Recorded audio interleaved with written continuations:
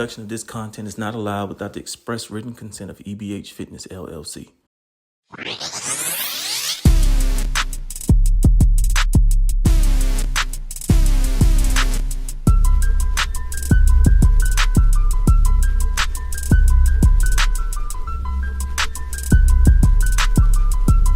We're back.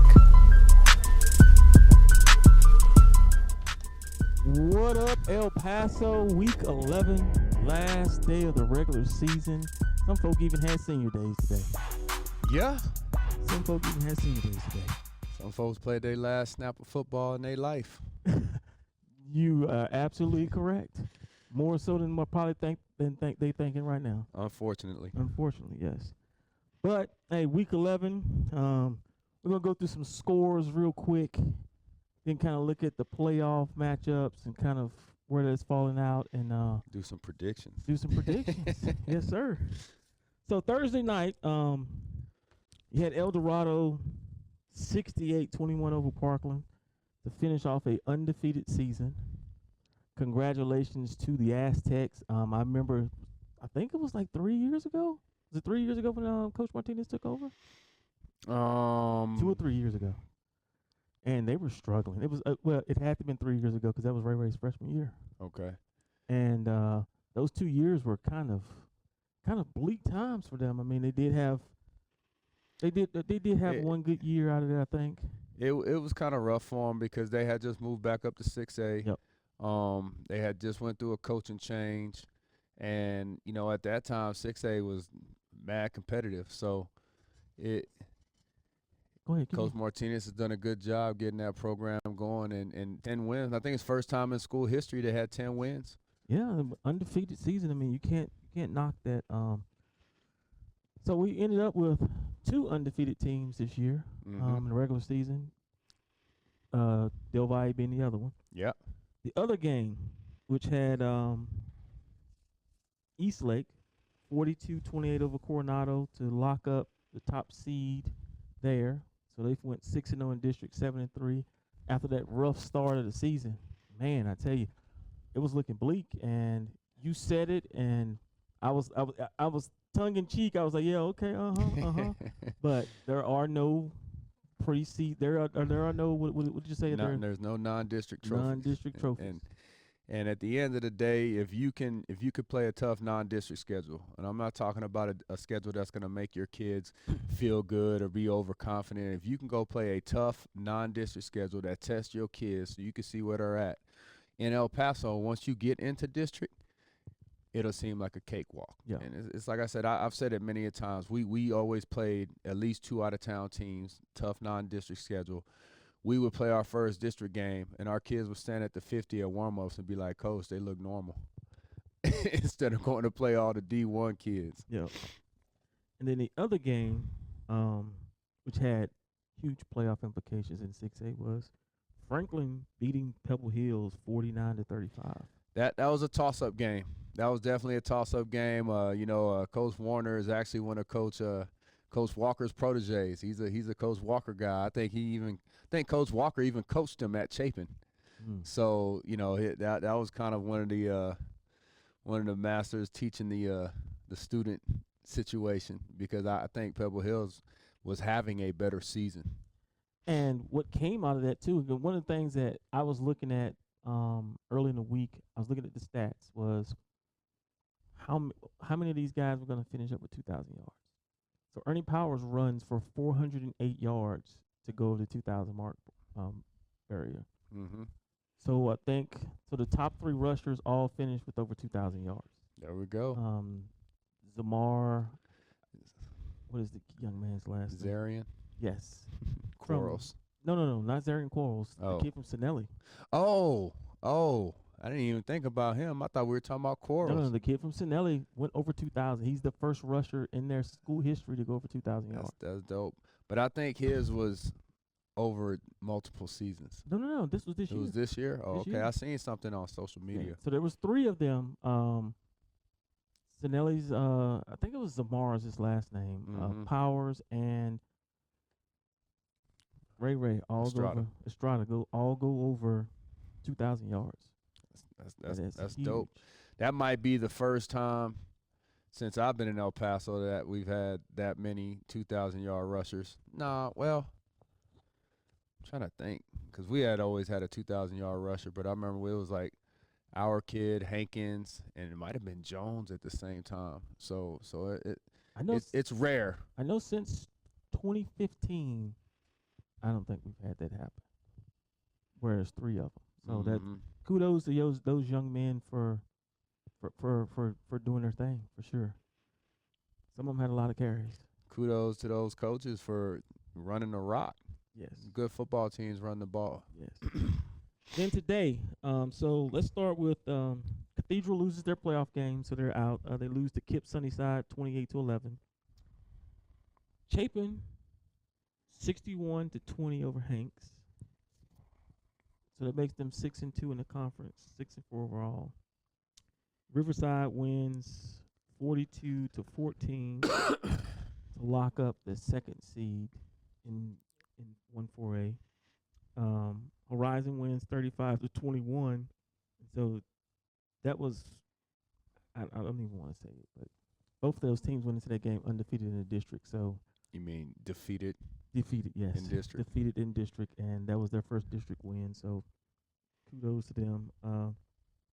Austin wins 46-20 over Sonelli to go 8-0 in district, 9-1 to lock up that first seed. I honestly think Austin and Riverside are going to win first round games. They're playing well this year. You know, the move to 4A has definitely been beneficial to those programs. And, you know, at the end of the day, they're going to play small schools, which are typically country schools, with city kids. So I think those two teams are going to do well. You know, vastly different styles, Yes. but I think both teams are going to do well in the first round of the playoffs for sure. Kankakee pulls out the big win today, 31-10 over Andrus. And this is like their third quarterback, I think. They got the sophomore started this week. Mm-hmm. And Puentes is his last name. Mm-hmm. I think his first name is Cesar Puentes. And, I mean, he started off slow, and then they just started running the ball. And he was doing a lot of the running and throwing to his brother. And Andrews jumped out 10-0 in the first quarter, and I was like, okay, they came out to play, and then Kankakee defense just locked in. And that's what they do. That's what they pride themselves in. They've always been a team that has a swarming defense, and you know, I'd watch them on film over and over, and they would stay in their 3-man front and somehow control people. So you know that means their guys are playing with good technique, and so that's what they've been known for. So that's what you got to hang your hat on when you're on quarterback number 3. Yeah, and you got I got to give props to Coach Brooks and his defensive coordinator, because they did something that not a lot of teams have done this year. They made Jamari Milton look like it was a first-year varsity starter. I don't know if it was they did a lot of blitzing.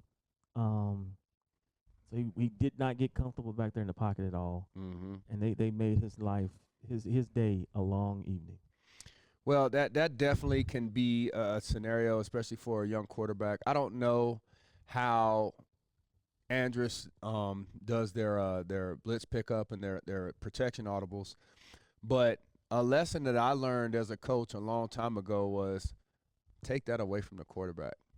Yeah. And so what we would do was our center would make our blitz protection calls, and then we would relay it. We took that away from the quarterback. The quarterback would alert blitz, and then our center would make the call on how we were going to pick it up. We ran a different style protection, so you know it could change based on a call, but we took that away from him. So if that's not a situation that Andrus is doing, if he's having to call protection audibles as a sophomore, that might have been a little too much for him.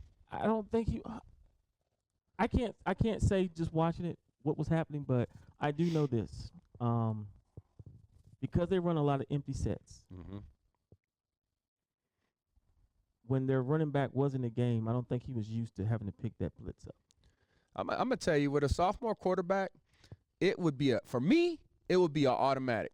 As soon as you go empty, we're bringing 6, and you're gonna have to beat us one-on-one on a low percentage throw. And as a sophomore, I don't think, they're emotionally and mentally ready for that smoke all the time. And when you get a senior back there or a kid that's pretty mature and they can pick it up, they know they're going to take a shot, but they know their guy's going to run a good route. They're going to put the ball in the right space. Now you can beat a defense like that, pretty easily. There's a couple of things that you can do that are those blitz beaters. But when you're a young kid and you finna take it on the chin and you don't know if your guys are going to run the route, that's what I would do to rattle him right away. So I don't know if that's something that was in their game plan, but I know that kind of T.O. likes to bring a lot of blitzes from a lot of different places, and the way they set up in their odd front, they're able to do that. And I think he may have. Well, he's already gone over 2,100 yards passing this year. I want to say that he has set the single season passing record for Andrews. Really? Yes. So he Congratulations. I want to say he did. I think he did that last game. So yeah. So congratulations for sure. Who's up next? Isleta wins 50-14 over Bowie. Americas wins 42-7 over Bel Air. So Bel Air goes defeated this year. Yep. Rough one. And, we talked about it off air a couple of times. Coach Scoggins didn't get out of Bel Air for no reason. Coach Scoggins had a couple of good years. He got them in the books. He had some good classes. And I think, sometimes as a coach you can see that the cupboard is bare coming up. And, we're not really in an industry where people really understand that your talent is going to ebb and flow. Yeah. And no matter how hard you coach sometimes, you're just not going to be successful based on the talent that you have. Saying that, Coach Recorder has it in the books that he's got good years. He has multiple good years. He has hardware under his belt. So we're not talking about a situation where there was poor coaching. It's just a situation where he's having to go reestablish a new program for a program where the cupboard was bare. And Bel Air is in a unique situation because, their middle schools usually do good. Unfortunately, if you were to track all the kids and the percentage of kids that go to the school that's supposed to go there, they lose a lot of kids. Yeah. And I think that has contributed to the cupboard being bare there. But I'm sure that Coach Recorder is going to end up doing a good job there to get that going in the right direction. But it wasn't going to be a one-year situation. Oh, for sure. Clint wins 29-13 over Irving. Montwood wins 42-21 over Socorro, locking in their playoff run, giving them a postseason game. Who? Montwood. Montwood made it. Yes. Nice. If I'm not mistaken, Montwood made it will play Friendship. So who ended up? Eastwood. They didn't make it. No, not at all. That was a rough year of losing quarterbacks. Yes. And then the last game, Crane beats Anthony 66-35. So that wraps up the games for today. Didn't get a chance to get the Burgess El Paso High score before we started, but regular season's done. You got still got some matchups that's got to get worked out for postseason play. Like I think Delvi is still waiting to find out who they're gonna play. Some of the and there's no set tiebreaker rule for the UIL. Each district, it's up to them how they're going to determine their tiebreakers. Yeah. Whether it's positive points, whether it's points differential, whether it's coin flips, whether it's head-to-head play. There's so many different scenarios that get played out. True story, I was part of a situation, and it wasn't in football, it was in another sport, where a coach, there was a tiebreaker scenario, and the coach was like, "Nah, I'll just take second seed. We don't need to go through the scenarios." And the other coach, who was less experienced, accepted it. "Yeah, I'll go in first seed," but it's because he had already looked at the brackets. It was a better matchup for him be second seed than first seed.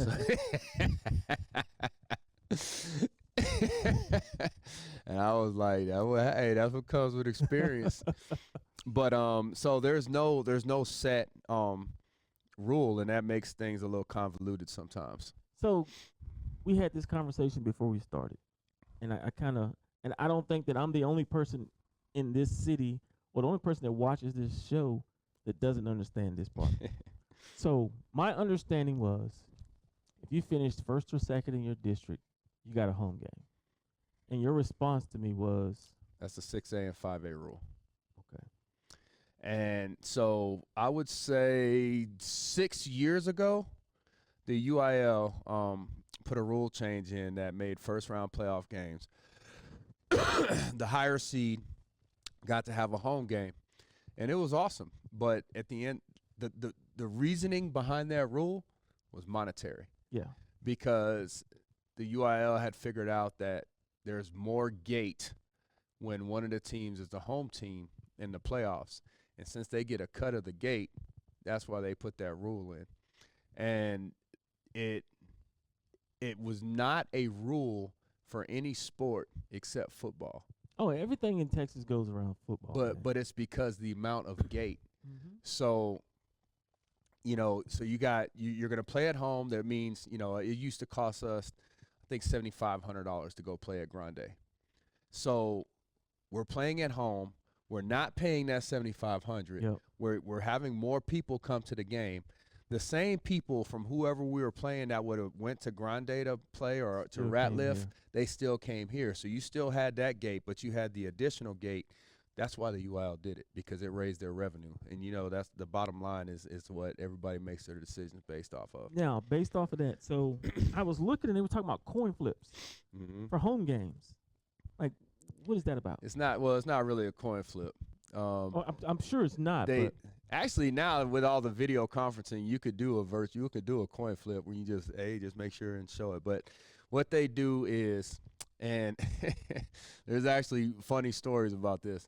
What they do is, let's say I'm playing you and we're going to decide if we're going to be home and home, and you flip for everything. Like in basketball, they even flip for what type of ball they're going to use. But it's who's going to wear what colors, who's going to be the home team, price, where they're going to get the referees from. You can flip for almost everything. And how they do is, if me and you are going to flip, and they'll be like, okay, you choose a school, and then you decide whether the last digit of the zip code is odd or even. And if you got it right, you got to be home. You got it wrong, you got to be away. You had to be away. So let me tell you, though, why do we play the games? Well, hold on. Let me tell you how serious it got. I seen a dude win like 5 flips in a row on picking odd or even on zip code. They had math departments go through what they have this contact book, and they've had him go through, and then they put percentages for each letter of the alphabet. Okay, if it's A, 62% of them are going to be even. If it's B and L, so that okay, it's A, I'm going to pick odd. And it got that serious. So I remember at one point we were finna flip, and I was like, nah, let's do the third number. Because I know these guys have these charts out there for the flips. People here didn't know nothing about those charts, but I ain't from here. Like, I know about the charts. Like, I know they know if you pick this letter, they know that if that school starts with an F, there's a 73% chance that it's going to be even, and they're going to pick even. So I was trying to tell them, let's use the third digit. But they didn't want to go for that. Wow. But so that's the coin flips. You flip for everything. Like, let's say you want a neutral site that's one place, and I want a neutral site that's somewhere else. Then we even got to flip for what the neutral site's going to be. So why are there some first round games that are played at neutral sites? Well, here it is. Let's say I want to flip home and home, and you want a neutral site. The first flip is to decide if we're going to do home and home or do neutral site. And then, let's say I want home and home and you want neutral site. I win the flip. Okay, we're going to flip home and home. Now we're going to flip to see who's going to be home. But then if both of us want different neutral sites, now we got to flip to see which neutral site is. So it's a whole thing. And a lot of it has to do with some contentious head coaches, like if there's head coaches that don't get along and stuff like that. And, it just got to where, like, here's a perfect scenario. They third round game, they wanted us to come play at Cowboy Stadium. Oh, that's great. Oh, yeah, your kids get to go play at Cowboy Stadium. We were finna play South Lake Carroll. They play there all the time. That's your home field. Yes, Like, sir. I said, I'll tell you what, I'll agree to flip Cowboy Stadium as your home stadium versus my stadium. We can do that, home and home. And go for it. And then it's Thanksgiving weekend, too. So now you want my family to come out there. And then the coach kind of big-balled me a little bit. He's like, well, at South Lake, we're used to traveling on Thanksgiving. I said, well, yeah, that's cool, but, I think we're good. We're going to. And the other thing, too, is that a lot of people don't notice about the old Cowboy Stadium, but the sidelines, you drop about 6-7 inches. Wide receivers are like 6-7 inches shorter. Yeah. Because the field, Jerry had to get special permission for that big. Mm-hmm. And so as a high schooler doing that, man, balls is sailing. Yeah, no, we end up, just not doing the Cowboy Stadium thing because there's definitely a I don't want to say a science, but there's a strategy to picking where you want to play, picking where you want the referees to be from, and things like that. So we don't have to worry about none of that in basketball. Not they that pick much. y'all's officials? Nah. Not that much. Yeah, we had to do it for basketball too. Yeah, but like this whole, like if you're the home seed, if you win, you're gonna get a first round game at home in most instances. So in the UIL, that was not a rule. And what we ended up doing was coming up with an interlocal agreement with District 2 so that we could have that between us. Mm-hmm. But then what was it that the Midland and Odessa schools was okay with it, but then the Amarillo and Lubbock schools was like, nope. So we had an agreement with them, but not those schools. So it was, playoff pairing it's a whole situation. It's a headache. It's crazy. Speaking of which, okay, so Franklin will host Midland Legacy. Eastlake will host Odessa Permian. That's a rematch, ain't it? Did they play this year or was it last year? I think that was the rematch from earlier this year during the school year. Maybe so. Mm-hmm. And I think Pebble Hills is playing Midland High. That's Pebble a rematch. Hills has to travel to Midland High. Mm-hmm. Yep, that's a rematch. Canyon Teal will host Lubbock Cooper. Now, I think Lubbock Cooper's down a little bit. Canateo has a shot. They had a shot in that game, but I know for a while Lubbock Cooper they were rolling. Yeah. I think they opened up a new school in Lubbock, and that kind of split their talent because I'm going to tell you for a while, Lubbock Cooper was rolling. Mm-hmm. Austin plays Dumas. Take Austin. At a neutral site. That's Austin. Austin Panthers. First round dub. Look, Anthony will play Wall. Anthony will play Wall. They get a playoff game. Wall's a basketball school. Riverside plays Hereford. I got Riverside. And I think Riverside has to travel. Is it neutral? Did they flip home and home? I think they flipped and they lost. Isleta plays Randall. Isleta has to travel. That's going to be a tough one for Isleta. Montwood plays Friendship. That coach has been there for a few years now. So we played Friendship 2 years in a row in the playoffs. One year we played Brent Davis was the head coach, and he ended up, we beat him. He got terminated the next day, and he went and took over Granbury and won a state title at Granbury. But they get the new coach in, and we beat him, and they really have never gotten off the ground. Yeah.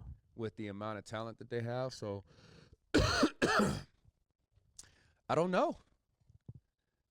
I think that El Paso does well against Wolf Force Friendship. Mm-hmm. Let's put it like that, in multiple sports. And so I think I got El Paso winning. You think Montwood might be the only 6A team to win? I think Montwood has a chance to beat them because Friendship does not do well against El Paso schools. Like I think Americas has beat them twice in the playoffs. Eastwood has beat them in the playoffs. And like I said, it's not even just a football thing in any sport. Okay. Brooks knocked off Friendship several times. in the first round in basketball. So I like Montwood. I like Montwood's chances. Then you got Parkland versus Abilene. Parkland has to travel. Oof. Yeah, that's gonna be a tough one. Oof. And then Clint plays West Plains. I don't know anything about West Plains. Me Is that either. the new school? I don't know. I've I don't never know. heard of So it. the rest of them haven't. The matchups haven't been finalized. Everybody's thinking maybe tomorrow by noontime they'll have all the matchups finalized. So if you go to the fieldhousesen.com, we'll have the matchups on there this weekend, and we'll post it next week. We'll post it on our Twitter as well. But yeah, I mean, another season in the books. 2024. 2024 is in the books. I tell you, it's been some young men who have really put up some good numbers. Oh yeah. Congratulations to everyone who qualified for postseason play, everyone who won their district, and good luck in the postseason. Definitely. We had some volleyball teams play today that lost. I think America's lost in volleyball. They did. El Paso High lost in volleyball. Somebody won. I was Franklin just reading. won. Okay, I think Franklin won. was just reading on Twitter when the volleyball teams Yeah. won. I think it was Franklin. And so, and I was kind of, when I saw that who Americans was playing, I was like, oh, that's going to be a tough one for them. Well, they played, I think, what was it, Amarillo High or Tascosa? Tascosa. They played Amarillo, Tascosa, and, I mean, the end of the day, well, I'm going to keep my comments to myself.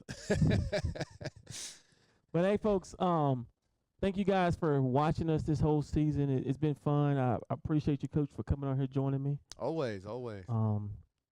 And basketball's right around the corner, so we'll be starting up basketball. I don't think Coach's gonna join me for basketball. I don't think I'll watch enough. But we will start our basketball show up here. It's not this week; it'll definitely be next. I don't think people understand what goes into doing this, but it's definitely been fun. Definitely been a fun year, and looking forward to it and streaming out some games. But I appreciate you. Thank you guys for tuning in.